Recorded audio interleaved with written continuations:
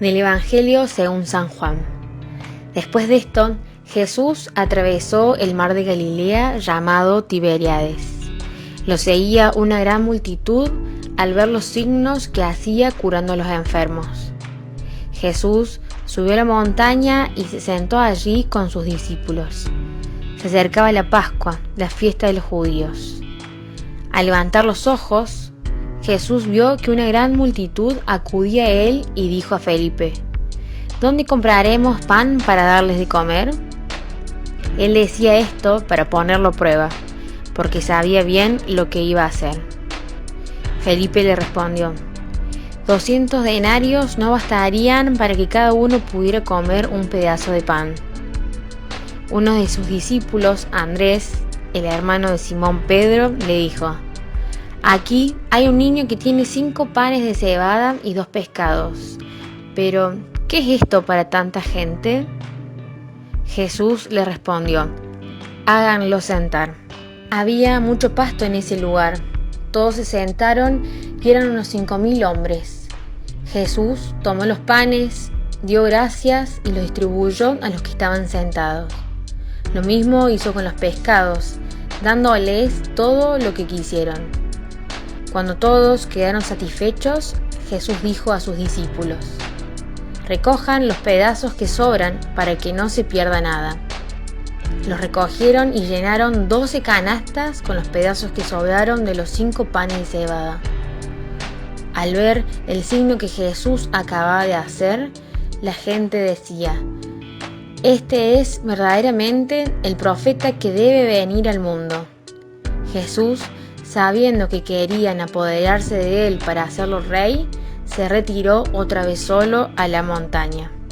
Palabra del Señor.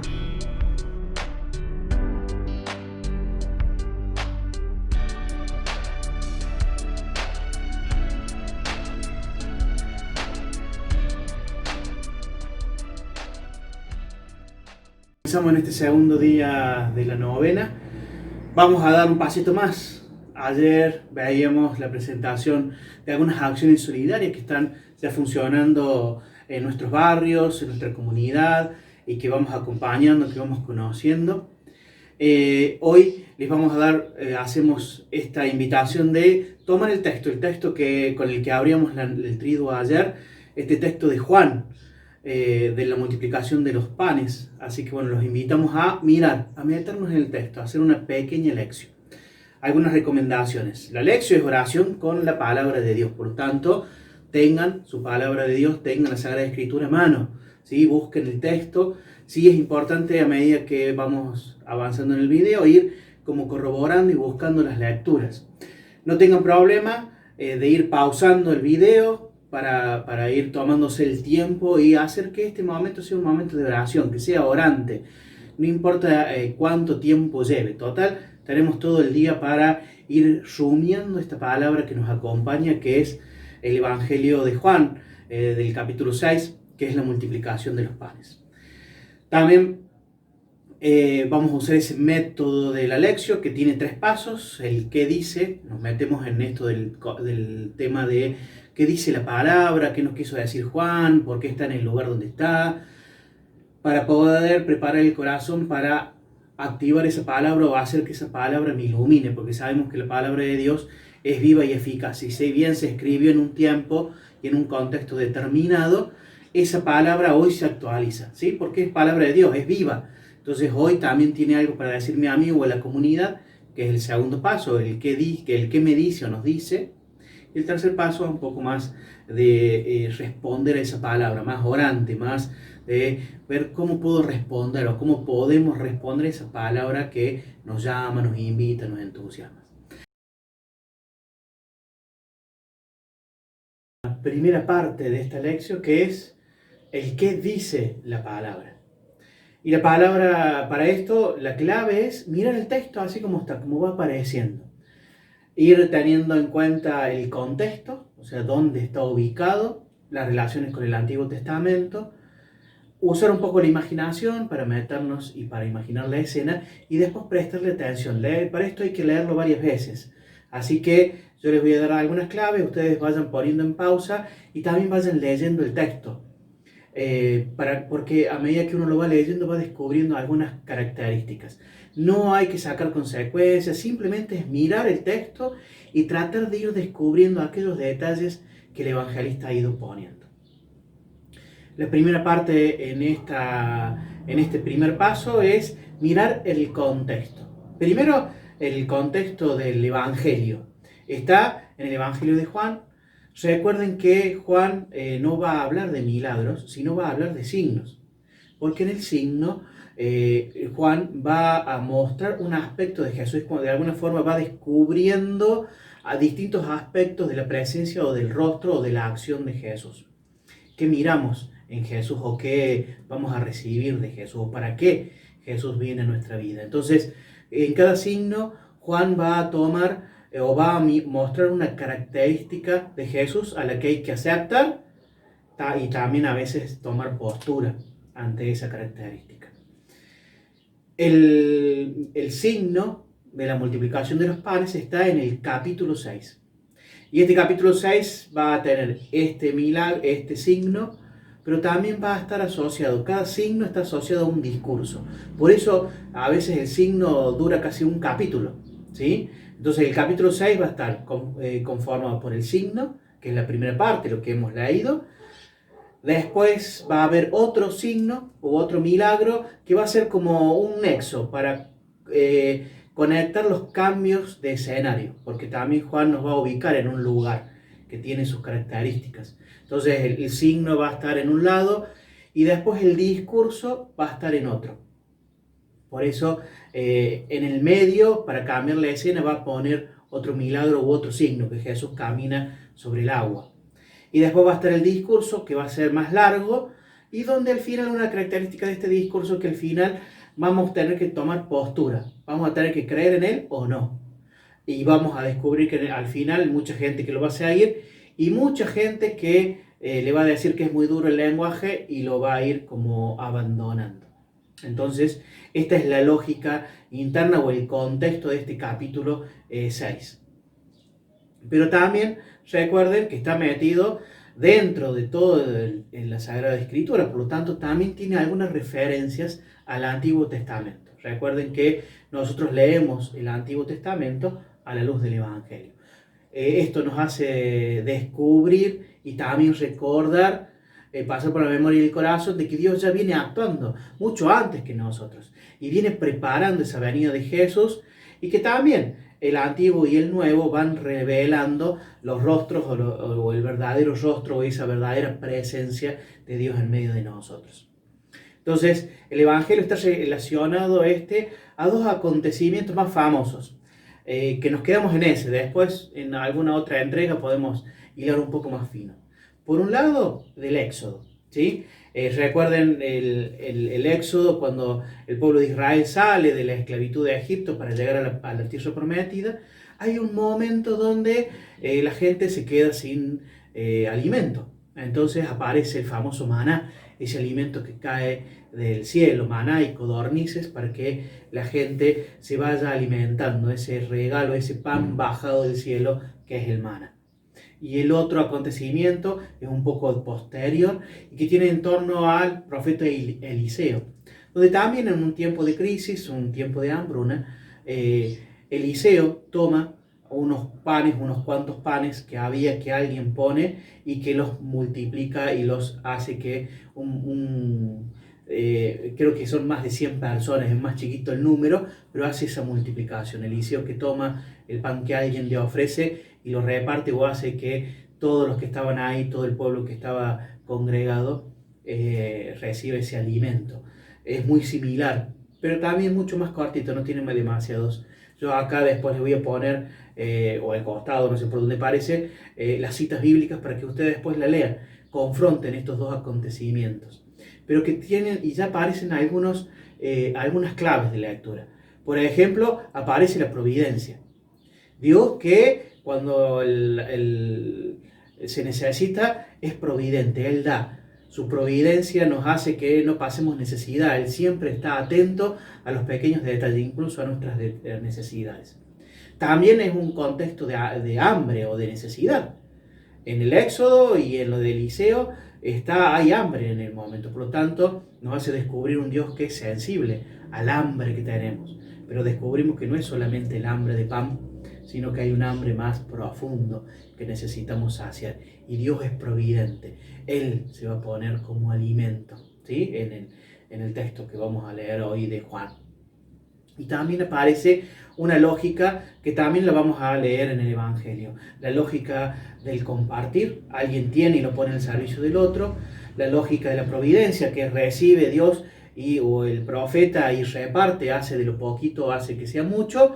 Y también está apareciendo la comunidad, porque en los dos acontecimientos está la comunidad de por medio y alguien que intercede por esa comunidad. Pero la comunidad es la que recibe la providencia y hace presente la providencia de Dios. Esta primera parte del que dice es el contexto.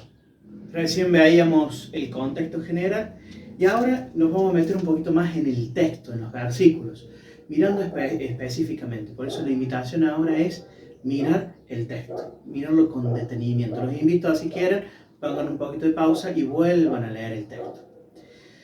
Lo podemos dividir en tres partes, ¿sí? La primera parte, el versículo del 1 al 4, donde Juan nos va a presentar la situación, ¿sí?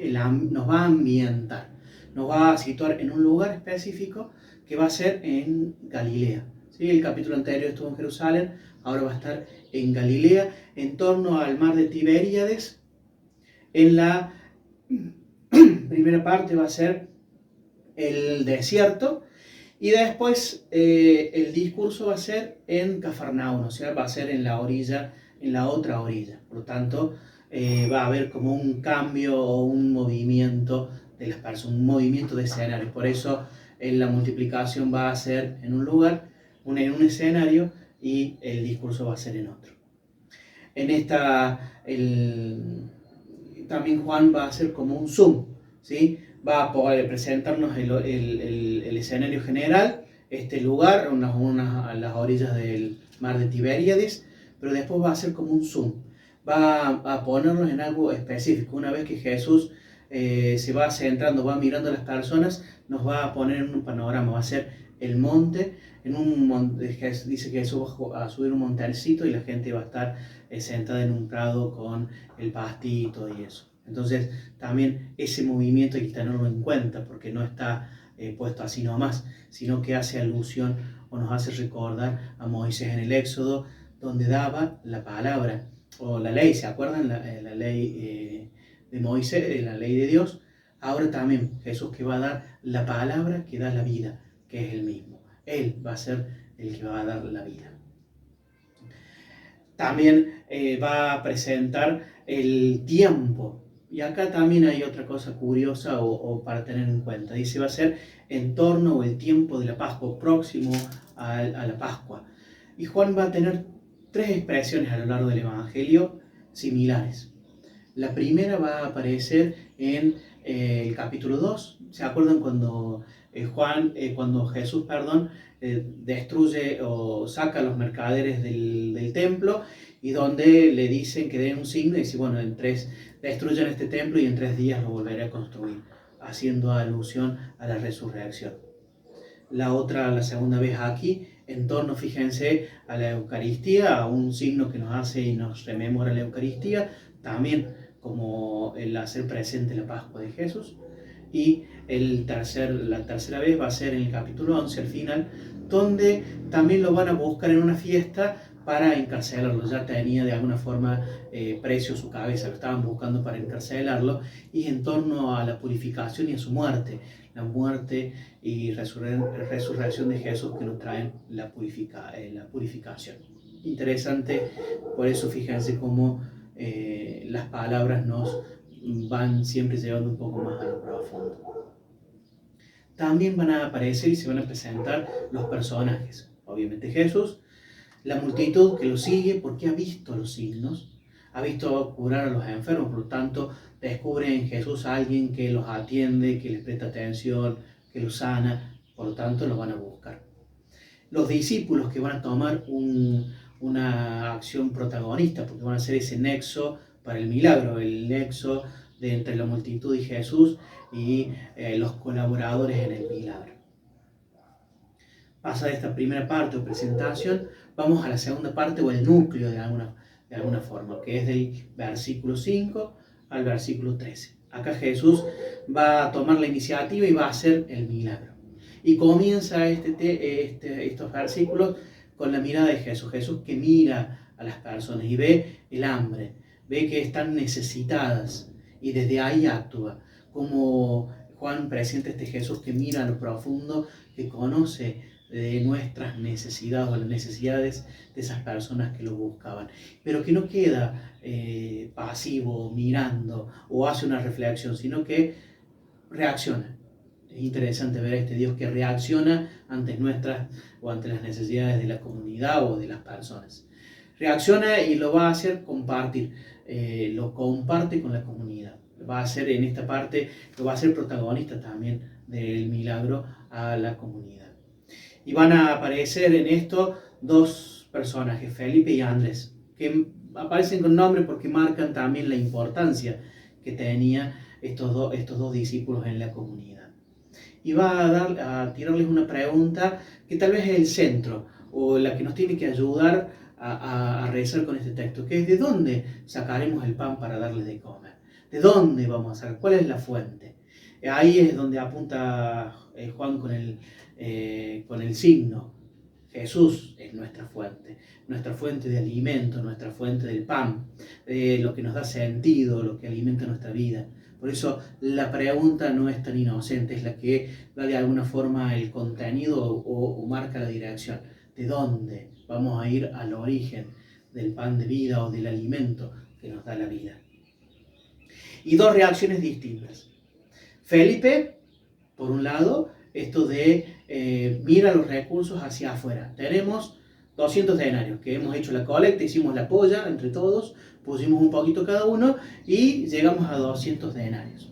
Mira los recursos fuera o hacia afuera de la comunidad, desde fuera de la comunidad. Andrés, la mirada de Andrés es distinta. Mira la comunidad y busca los recursos dentro de la comunidad. Acá hay un niño, un muchacho, que tiene 5 panes y 2 pescados, ¿sí? Lo que tenía para comer ese día. Se ve que su mamá le había armado la mochilita y lo había alargado o iba para la multitud. Entonces tenía ese alimento para el niño del día, ¿sí? Aparecen algunas cositas para tener en cuenta. Esto de comprar, ¿sí? Esto del negociar, ¿no? El don de Dios no se compra, no saca de esa lógica. El don de Dios se recibe, es un regalo. Se recibe, se aprovecha, pero también nosotros ponemos ese don de Dios también al servicio de los demás. Y Andrés encuentra los recursos dentro de la comunidad. Sí, se dan cuenta de algo. Los dos descubren que los recursos que encuentran son insuficientes, no innecesarios, insuficientes, no alcanza, ¿sí? No alcanza para tanto. Y 5 panes y 2 pescados no es nada para más de 5.000 personas. Entonces, fíjense que también en esto, si ustedes han leído el texto de Eliseo tenía 20 panes para 100 personas. Entonces acá también ya hace un salto en el milagro. De lo poquito que se tiene, se hace mucho. La abundancia de la providencia de Dios. Jesús, que no es mezquino para hacer el signo o el milagro, no es mezquino para darse, fíjense. Así como no fue mezquino este niño que puso su meriendita y su comidita al servicio de los otros, por más que haya dicho: ¿qué hacemos con esto? Pero no se la guardó, la puso. La confianza, fíjense la lógica de la confianza. Confío, le pongo en manos de Jesús, en la comunidad, lo que tengo, mucho, poco, y bueno, es lo que hay, ¿sí? Sin embargo, toma esa lógica del compartir y de la confianza, y Jesús que la multiplica, la abundancia, hace la multiplicación. De poquito, muchos son alimentados. Pero también fíjense Juan que pone algunos gestos que nos remiten a la Eucaristía. Tomar el pan, dar las gracias, repartirlo. Son gestos que nosotros lo vamos a hacer cada vez que celebremos la Eucaristía. Por lo tanto, ya Juan va prefigurando ese memorial que es la Eucaristía, ese memorial de la Pascua, de la pasión de Jesús, de ese alimento que se va actualizando con cada Eucaristía. También después, fíjense, cuando la comunidad también es activa, no solamente colabora con el signo, sino que también es la encargada de repartir esa providencia, eso que Jesús multiplica, la comunidad lo reparte y también es encargada de ir custodia, de cuidar y de recoger para que nada se pierda. Después está la última parte, que son de los versículos 14 y 15, son los últimos dos versículos, que acá hay una dinámica. La multitud que descubre en Jesús, acá hay como la multitud que quiere una cosa y Jesús que le dice no entendiendo. De alguna forma reconocen en Jesús esto que es un profeta que debía venir.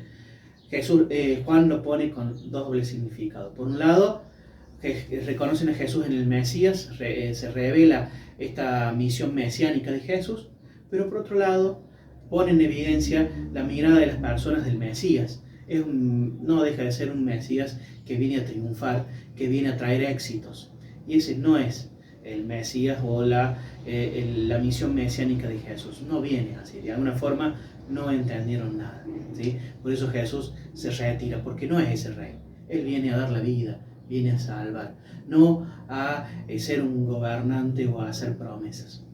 Por eso Jesús se va a retirar y desde ahí va a comenzar la segunda etapa del texto o del capítulo. En este segundo paso actualizamos la palabra. Haciendo un poco de memoria de lo que hemos dicho hace un ratito, vemos que la palabra se actualiza hoy. ¿Qué es lo que nos quiere decir hoy? Y hay que mirar, bueno, estamos en torno a la fiesta de la comunidad, estamos también en tiempos de pandemia donde hay una crisis y que de hecho esta crisis, tanto de salud como económica, social, nos hace mirar y reconfigurarnos como comunidad.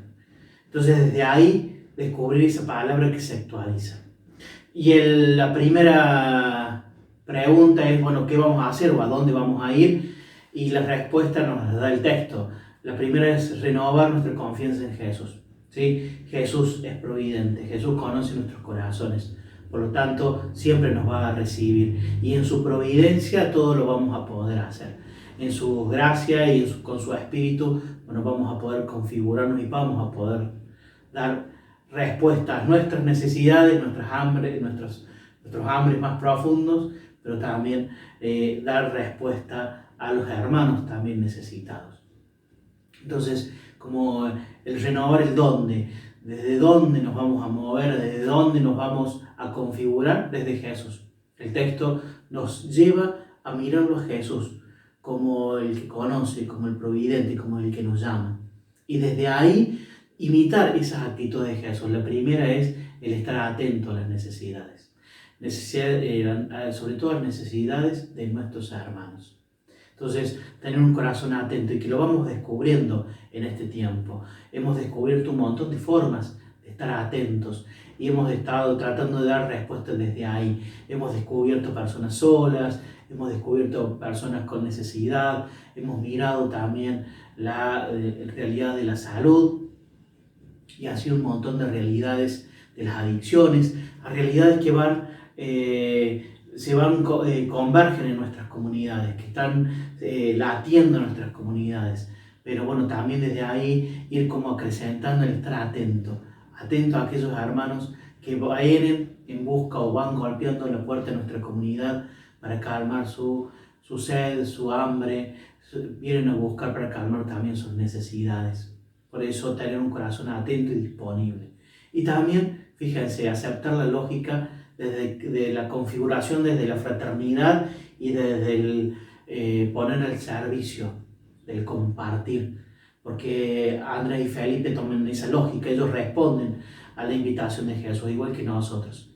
Tendremos que ir creciendo en la astucia para buscar, entre comillas, recursos o formas de responder. Que ahí está lo lindo. Algunas ya las hemos ensayado, las venimos ensayando hace un montón y otras hemos ido descubriendo en este tiempo, pero creo que lo que vamos descubriendo también es la fraternidad. No importa si somos distintas iglesias, no importa si somos distintos signos políticos o miradas distintas de la realidad.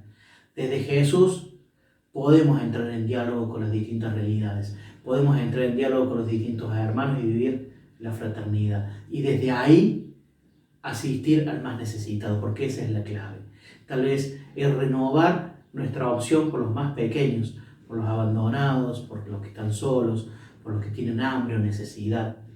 Desde ahí, y la lógica de la fraternidad, de ir buscando que en la comunidad todos se sientan parte. Entonces, como este doble camino, por un lado, descubrir la fraternidad, o sea, ir descubriendo la fraternidad a la hora de responder, no solamente dentro de la comunidad, sino en diálogo con las distintas personas que están en los barrios, o que están haciendo agrupaciones, o asociaciones, o instituciones que están dando distintas respuestas, pero que nosotros también podemos aportar y vamos aportando. Y por otro lado, esta lógica de estar atentos a configurarnos desde el recibir al necesitado, de recibir y dar respuesta a aquellos que están más vulnerables hoy. Y el tiempo es propicio, pero también tenemos que imaginar, o sea, ir reconstruyendo nuestra comunidad. Por lo tanto, reconstruyamos la comunidad desde esta lógica, desde la fraternidad, desde el compromiso, desde el poner al servicio lo poco o mucho que tengo, no importa si total Dios es providente, Él es el que lo multiplica. Pero sí nos tenemos que animar a repensar nuestras relaciones, al menos relaciones comunitarias, nuestra forma de ir respondiendo a esta realidad, ponernos al servicio de los más pequeños, de esta realidad que nos está golpeando la puerta. Y lo hacemos desde la lógica de Jesús, estando atentos junto con Él y también respondiendo juntos con la comunidad.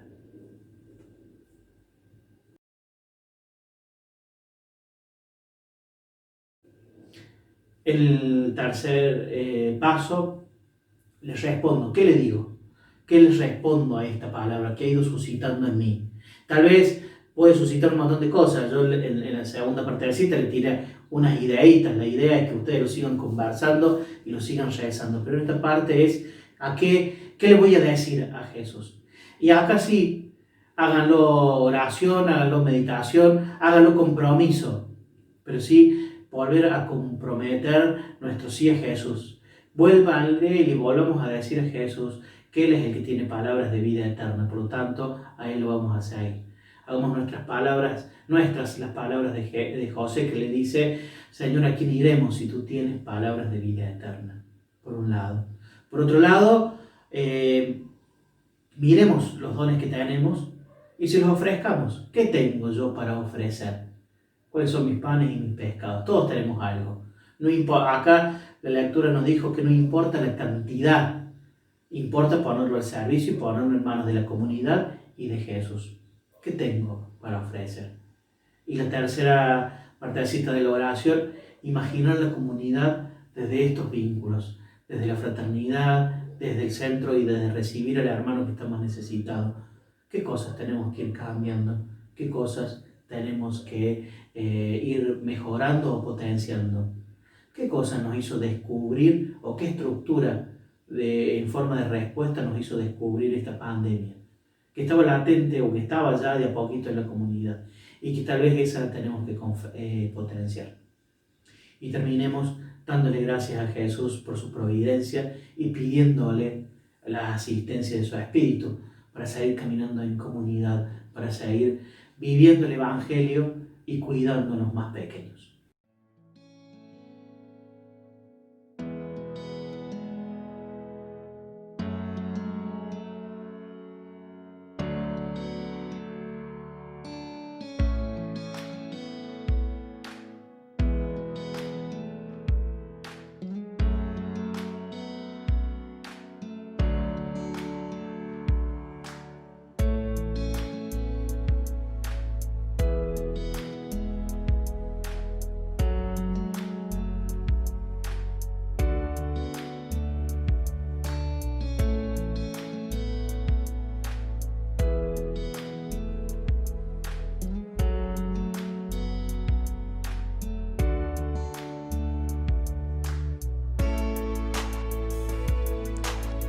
Padre nuestro que estás en el cielo, santificado sea tu nombre.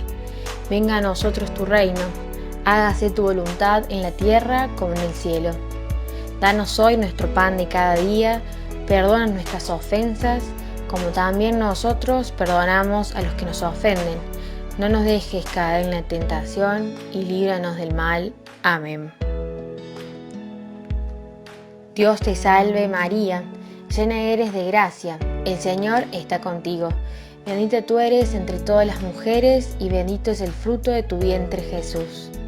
Santa María, Madre de Dios, ruega por nosotros pecadores, ahora y en la hora de nuestra muerte. Amén. Gloria al Padre, al Hijo y al Espíritu Santo, como era en el principio, ahora y siempre, por los siglos de los siglos. Amén.